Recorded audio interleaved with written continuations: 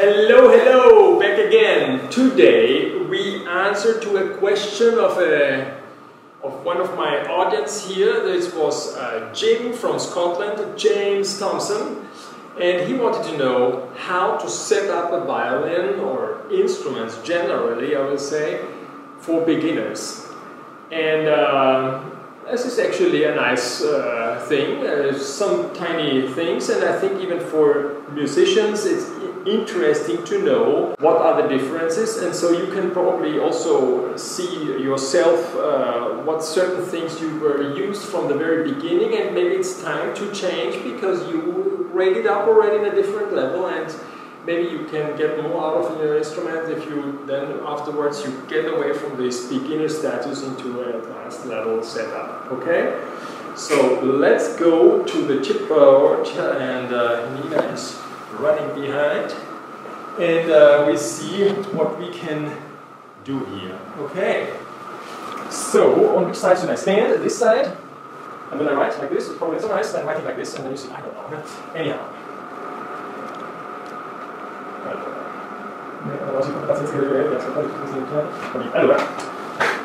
It's nicely zoomed. How big do I have to write?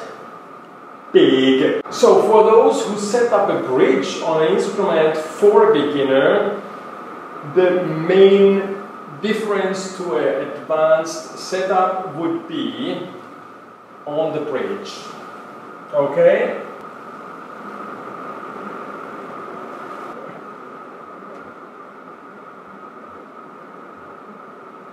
On the bridge, which are actually two, maybe even three steps. One is the size of the feet, which means if you see the violin bridge here, from this side, seen from the side, the thickness of the bridge, okay? And I would say, make it, since in the very beginning, let's say you have a small kid, you know, they don't really check so much how the bridge is now standing, so just make it thicker. So if a traditional advanced bridge would be the thickness, so here we write now thickness and it doesn't write, hold on, so we make it like this, thickness of the feet.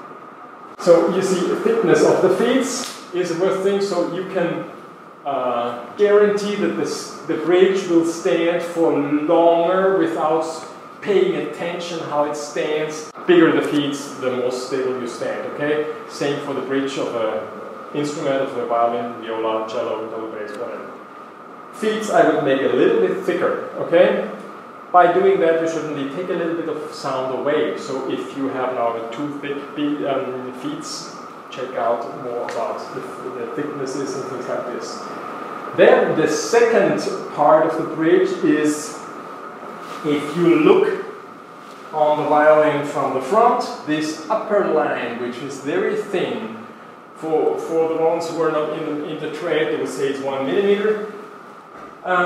It is 1.2, 1.4. For a beginner, I would definitely make it 1.6 millimeters, okay? So we call it the thickness upper part, okay?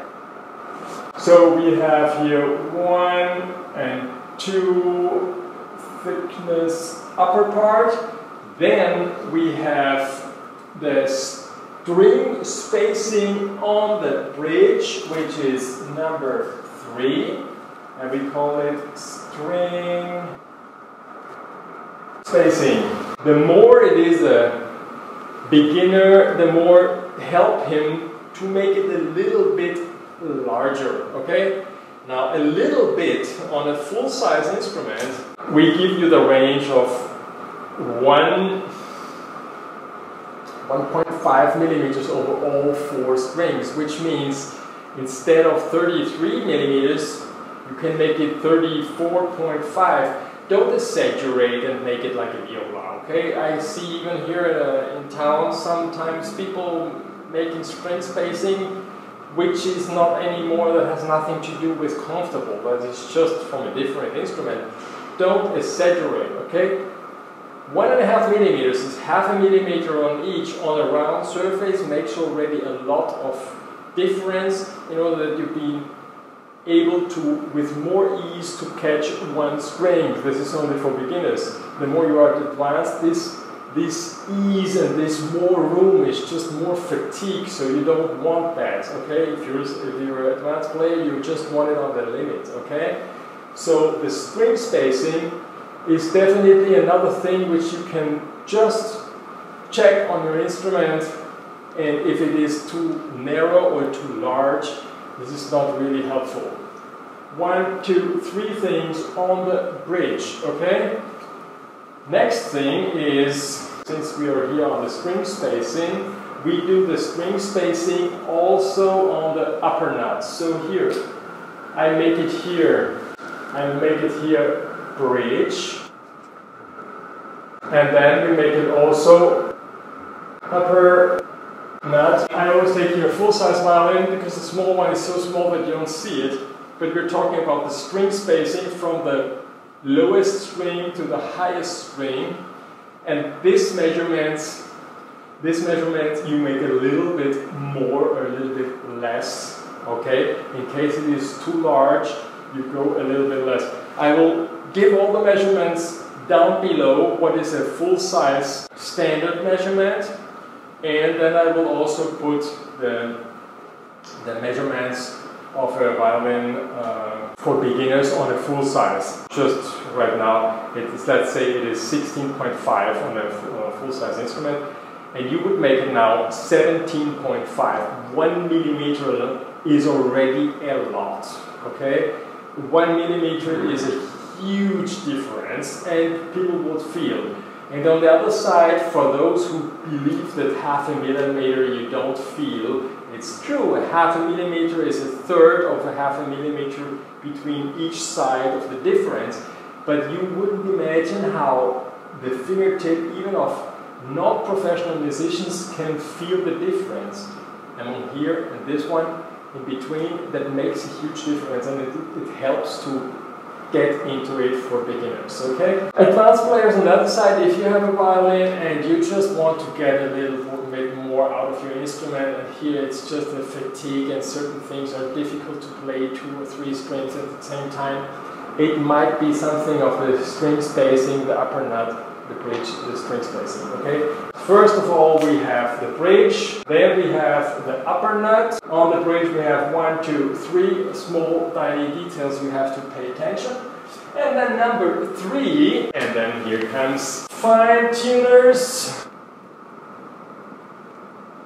which means on a professional violin, in order to get the maximum out of it and without reducing the sound, you just put 1 fine tuner and the rest you do with the pegs. Beginners have, for the first years, actually it's only a matter for the violin teacher who is tuning them once a week the instrument, and that's probably the main reason that beginners are not playing in tune, but also because they are not tuning or they're not able to tune because it's quite difficult. If I would be now a violin teacher, I probably would dedicate a little bit more time on tuning in order that my students get immediately into it and know if it's not in tune. So the best thing, the easiest thing is to put, instead of 1 fine tuner on the tailpiece, 4 fine tuners. So what turns out from 1 fine tuner becomes here, like on a small one, 4 fine tuners. I hope you can see this. 4 fine tuners here, okay? And now what certainly you can also immediately see, very nice, the 4 colors of each string, are these 4 metal pieces which are here in order to make the whole thing work, right?